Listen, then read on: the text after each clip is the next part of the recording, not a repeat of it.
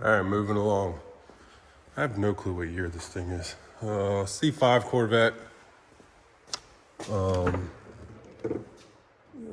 Does it say date 803? So 03, 04. It's a pile of trash, neglected, abused. I'm on freaking Pluto right now because I done sprayed 2 cans of brake cleaner, trying to clean off all of the power steering drip off of the entire undercarriage, because he wants me to figure out where the hell it's leaking from and pay me to fix it while it's in here on warranty work.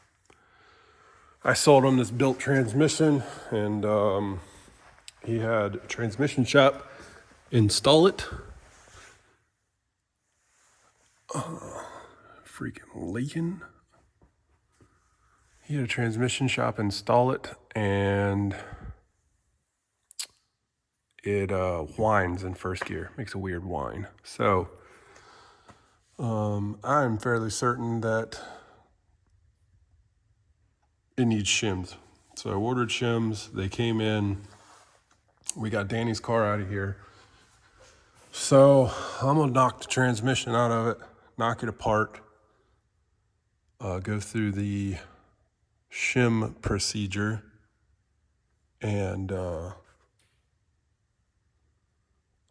see if I can get that whine out of there. Not something I want to be doing, but you know, that's business. Should not take me too long. I'm gonna leave the tube in. We're gonna leave the tube in and supported, and I'm just gonna pull from the transmission back out. And that's just gonna hopefully save me a lot of work. Guess it really doesn't matter, but I'm hoping it saves me a little bit of work. So I'm gonna go that route. We'll see. It'll be a quick and dirty. On this crappy little lift. I'm gonna see if I can figure out some kind of better way of yanking it out. I may do it a little differently on this one. I may support the transmission and diff, pull out the rear cradle, and then use the transmission jack to pull the trans and diff off. Probably how I'm gonna do it this time, instead of trying to pull this out as one unit. And that way I can work as high up as I can, and I don't have to worry about stacking shit up on here. So I think that's how I'm gonna do it this time. Although won't be much to see. I'm just gonna dig into it once the fumes clear from brake cleaning the front of the car. Not much cracking today.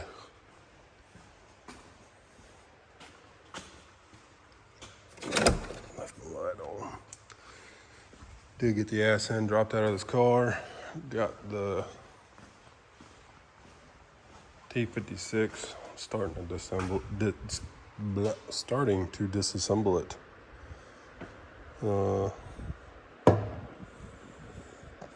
There's some metal on the magnet already, and it don't have many miles on it.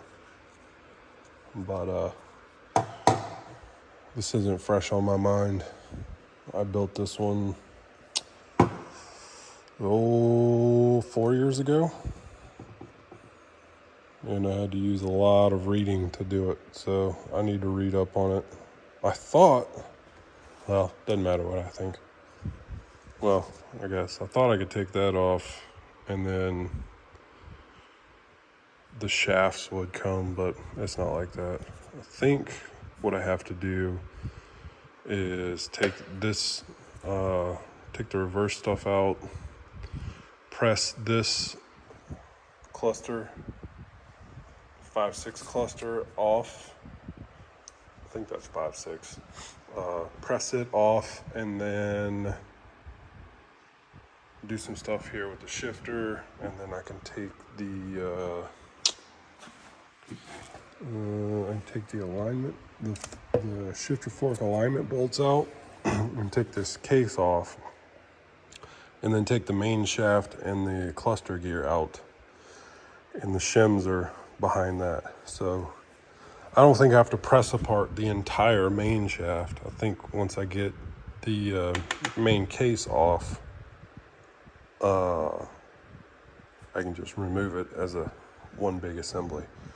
So at one point I made my own extended puller, but then I scrapped it and sacrificed it for something else. So I'm gonna have to make another puller that'll go from here all the way down to here, because I'm not buying the hundreds of dollars, whatever ones. And then get this cluster off, and then get the body off, and then see what I'm dealing with. And then there's a procedure, I need to find it, but there's a procedure where you're measuring off something off of the faceplate, and that'll tell you what shims to go with, and you're just shimming the input shaft, or the main shaft, I should say. It's just weird to me that if it's out of shim, everything would be out of depth, and why is it only whining in first gear? You know what I mean? Like if the shim pack was off on the main cluster or on the main shaft, wouldn't they all be out of alignment? You know what I mean? Like, why just first? Again, I don't know. This is just me talking out loud. I have no clue what I'm doing here. I'm just a dummy with a iPhone and some wrenches. But we'll knock it apart, investigate, see what we come up with, and then go from there. Well, we got it down to this point. So we, as in me. Main body's off. Now I got this cluster of shit. What I'm suspecting it is the shimming is incorrect. I'm trying to soak up some of this oil. But where the main cluster and the idler cluster set down into the faceplate, it's a dish, if you will. I don't have the box open. And you can stack shims inside behind the races, because it sets in tapered roller rings. So I'm kind of thinking that maybe first gear is in effect because of, well, it could be two things. One, the shimming's not right. Two, that the bearing on, because first gear is made into the input shaft. So it could be that the bearing is not sitting right. You know what I mean? I think. I don't know. I'm not a transmission expert. I know more about manuals than I do automatics, but it's not like I can knock this thing apart and be like, oh yeah, there it is, right there. I really have to investigate. All in all, I do see some like surface rust here and there, but like I said, I built it, I didn't put fluid in it, and then it sat on the shelf for like 3-4 years. So what I'm seeing really isn't bad. And this is a G-Force forged main shaft. So yeah, I think I did replace, I know I replaced some gears. I know I replaced 5-6. And this has some, it looks like it's rust, but it's not. I believe I put Loctite on it and then pressed it down. I have to remember. But anyway, that's what all this is. So it'll get cleaned up. But fortunately, I mean, hopefully I don't have to press any of this stuff off. Like, I think my problem's just gonna be all down here. So what I need to do is, I don't have a magnetic base. I have a dial indicator, but I don't have a magnetic base. So I gotta go to Travis's house, borrow his, get set up and take a measurement and see if I'm within spec on the shims. If I'm within spec on the shims, then I need to find out what's going on with the first gear and the roller taper bearing, because that's probably, that's about it.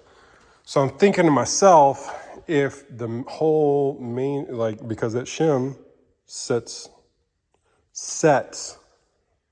all of this off of the faceplate, right? So if that shim is inaccurate, every gear would whine, correct? But it's not, it's just first. So anyway, I'm gonna start from the start, take that measurement, see what I got going on, go from there. So progress is, I busted everything apart. I didn't show any of that, but I took everything out, inspected everything. The bearing looks a little sloppy, but whatever. Like the cage, the tapered bearing, whatever. The cage just has a little bit of wiggle in it.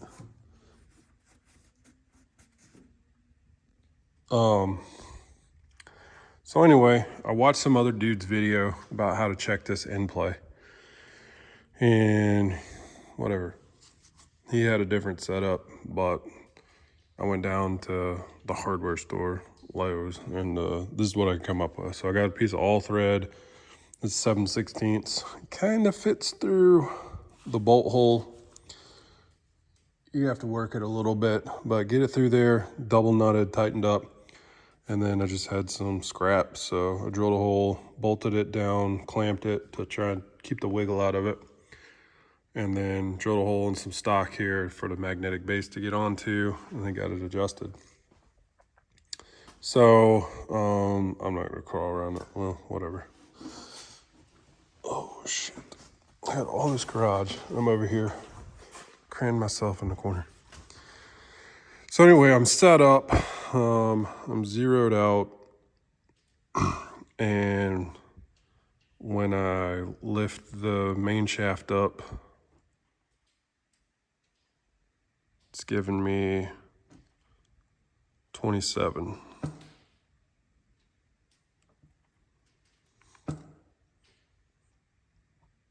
So I got 27. When I did that a minute ago, I had 26. So we're gonna have to, whatever. So the dude in his video says, and I haven't really looked in I have some printouts, but that dude says that the book wants 2 thousandths of preload. So if I got 27, I would need a 29 thousandth shim. So you got a shim, when you buy the shim pack, which is, I got mine from Texas Drivetrain Performance. Mothersucker. There's a part number, TRKT 1371. It comes with 3 different size shims, I guess, because there's a shim behind here, I believe. I don't know what's going on with that. When I took it apart, that race has been out a little bit, so I need to knock this reverse idler off and see what's going on with that, and see if I can get it seated back down. Anyway, you got 3 different size shims. We're working with this size right now. What came out of it was like a 46 thousandths. So I got 27, right? And the book wants +2, so I need 29. You just take your cheapo Harbor Freight caliper, my goodness, and just go through the shim pack. There's all kinds of different thicknesses, and find the one closest. So you have 0 to 2 thousandths of preload. Just try and get into that ballpark, right? So the one I dug out earlier was 27. That would give me 0. But let's see if I can find a 29 and get it installed. There's a little bit different for this. And that guy just had a short piece of all thread. So I got a bigger diameter piece of all thread. I'm gonna stick through there. I have a bushing, like a little plumbing fitting that fits over the top of that, but stops itself in there. And I'll show you when I get it done. As a spacer, so you're not just clamping it down onto this. You want, I guess you want that rod to be like free floating. It's not, that's not gonna touch the case anywhere. So this will let you tighten it down without being onto the case, if that's gonna make any sense. And I'll show you that when I get it done. And then I'll have the rod sticking out. I might have to cut it off or something, but I'll have that sticking up like this output shaft right here. And I can swing the dial indicator over that and then run my measurement off of that. So I'm trying not to make this but too long. Once I get the 2 thicknesses I need, I will get them sorted out of the pile, put everything else up, mark them, and then take this back apart, put my shims in there, and then assemble it back together.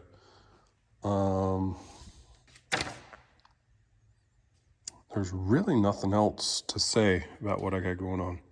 That's it. And I'm sure every single, like, whatever, I'm sure like this one goes in here. So I'm sure there's a shim procedure for that too. But guess what? That wasn't making any noises, so we ain't doing it. And if I put it back together and it's growling, whining, whatever the hell the noise was again, then I don't know. Dude's just SOL. I don't know what else to do besides knock it all back apart and change the bearings, which I'm probably not going to do because they're brand new bearings. All right, hopefully you can make sense of what I got going on. So we got this all thread through. This 1/2 inch all thread goes down through the middle of the idler cluster. On the bottom side, or the front side, or whatever the hell you want to call it, if you can see up there, I know it looks threaded. I mean, it is threaded, but that's just a 3/8 plumbing nipple. So that's just used as a spacer. So when you tighten up your bottom and this nut here, you cinch it down against this idler cluster. The spacer's there to keep you from tightening up against the frame. You know what I mean? So you want this unit to be tight so you can grab the idler cluster. Now, full disclaimer, this is going to be a 3-handed job because as you get to torquing up on this, you might get a little play up over here. So get you an average, use some precision guesswork, whatever you're going to do. But this, you know, admittedly, kind of janky. I got what I needed out of it. So I already pulled my shims out. Hell, if I remember what size they are. 20, I think I come up with 24, or it came to 23. So I need +2. So I got a 25, but I think it's 24.5, but I'm also using Pittsburgh. So, you know, what's a 1/2 thousandths? I don't know what this one was, 28? I don't know, whatever it was. So now I'm gonna knock this shit apart, get those shims put back in it, get the case put back together. I'll probably, for shits and giggles, what the hell is that noise? Do this one more time once I get the other shims in, and if it's close enough, we're just gonna get it back together. All right, it's back together. Feels tight, feels right. We'll see. I'm gonna give him a shout in the morning, see if he wants me to do anything with this. It definitely needs cleaned, it's leaking from everywhere. Maybe I'll knock the covers off of it, re-silicone those, and if I can access axle seals pretty quickly, you know, I'll grab those. which could be done on the car. It's whatever, but we'll see on a timeline wise what I'm gonna get into, and then I'll hit him up and see if he wants me to address those issues while this is out. The bummer is there's really no way of testing if this first gear groan noise is present till it's all back in the car's back all together, and then drive it down the road. So, no big deal, I guess, but like I said, first thing in the morning, I'll see what we can do. If he wants to do something with it, we'll do something with it. If not, we won't. We'll just slap this shit back together, go for a quick test drive, see what happens. Then we'll tear into this one. And, well, if it's not what I just took care of, then I'm going to guess that it's there's something wrong with the cage on the taper bearing for the input shaft. It just felt really loose to me. Whatever. Maybe by getting the preload adjustment proper, it'll take care of that, but there's really no way of telling. So if it still makes a noise, I'm guessing it's that bearing. The whole thing have to come back apart. I'll have to get a bearing, and at that point, we'll tear this one apart, find out exactly what's needed in this, and then I'll do one order for everything. This will need, he says third and fourth are gone, so we'll see. That usually means broken teeth, or the shift fork is broken. Don't know. But yeah, I gotta give him a price on that anyway. See if he even wants me to mess with it. I'm kind of hoping not. I'm just well, whatever. It is money, but still haven't had an answer on the leaking power steering situation, if he wants me to take care of that. But anyway, I'm gonna let this silicone set up overnight, clean it up, and then, like I said, we'll ask a couple questions and then get it back together. Well, just got back from a test drive. It makes a little bit of noise I only got up to third gear, but it just sounds like manual transmission noise. You know what I mean? Just sounds like gears. But the loud whining, if you even want to call it a whine, I don't even know how to really explain it. The groaning type sound is gone out of first gear. So we're good. I knew I said I was going to hit him up about the diff. I didn't. I ain't messing with it. So car's back together. Just had a stressful day with it. It's bleeding the brakes. And then I came in here to turn the car on. I'm scared to do it now. So this ignition switch has been sticky the whole time I've had it. Anyway, I was trying to start it earlier and it was just sticking, and then the whole middle of it popped out. So I had to take half the dash apart, get the switch out, figure out how it works, get the two pieces back together, put it back in so I could start it and take it on a test drive. So we good. I don't know if he's going to want to rebuild that or change the rack out, because I told him, he asked me. Oh man, I am too big for Corvettes. He had asked if I was interested in it, and of course I said yes, and he said whatever. So I sourced a rack for him. Hadn't heard anything. I don't know. This car needs all kinds of attention, and he also pissed me off with the ignition switch thing. Like I said, I picked the car up. That ignition switch has been hanging the whole time. Whatever, the 2, 3, 4 times I've started it and moved it around. It's just been hanging. It's sticky, and then it popped out. So I called him, like, "Hey man, what's the deal with this? How do you get it back in?" "Oh, it's never done that before." Yeah, right, dude. You are full of crap. 20-year-old car, and it's been had a ignition problem the whole time, or it's never had the ignition problem. Now I touch it and it does. No. So Anyway, that's a wrap on that for now. And then, well, if you can see, that's just a steady stream of power steering fluid from pulling it in the shop. Every time you turn left, it just dumps it right on out. So anyway, that's enough of this car. We're gonna go on to another project in the next video.